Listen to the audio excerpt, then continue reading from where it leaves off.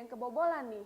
Yang lagi ramai diperbincangkan ada sebanyak 5 tahanan Polsek Sukarami Palembang kabur karena udah berhasil jebol terali jeruji besi.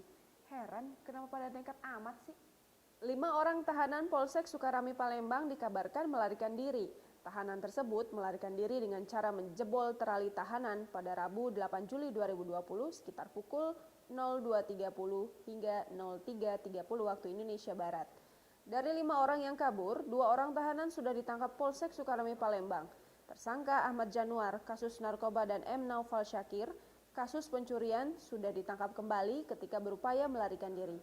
Sedangkan 3 tahanan lainnya yakni Asrik berusia 36 tahun, kasus narkoba, Hidayat Saleh berusia 34 tahun, kasus pencurian, dan Johani berusia 36 tahun, kasus pencabulan, hingga kini masih dikejar polisi.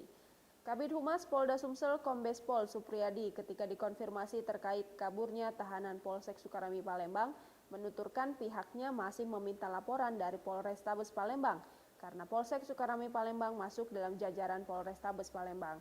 Di sisi lain, polisi sudah mengamankan 3 orang yang diduga membantu proses pelarian tahanan Polsek Sukarami yang kabur.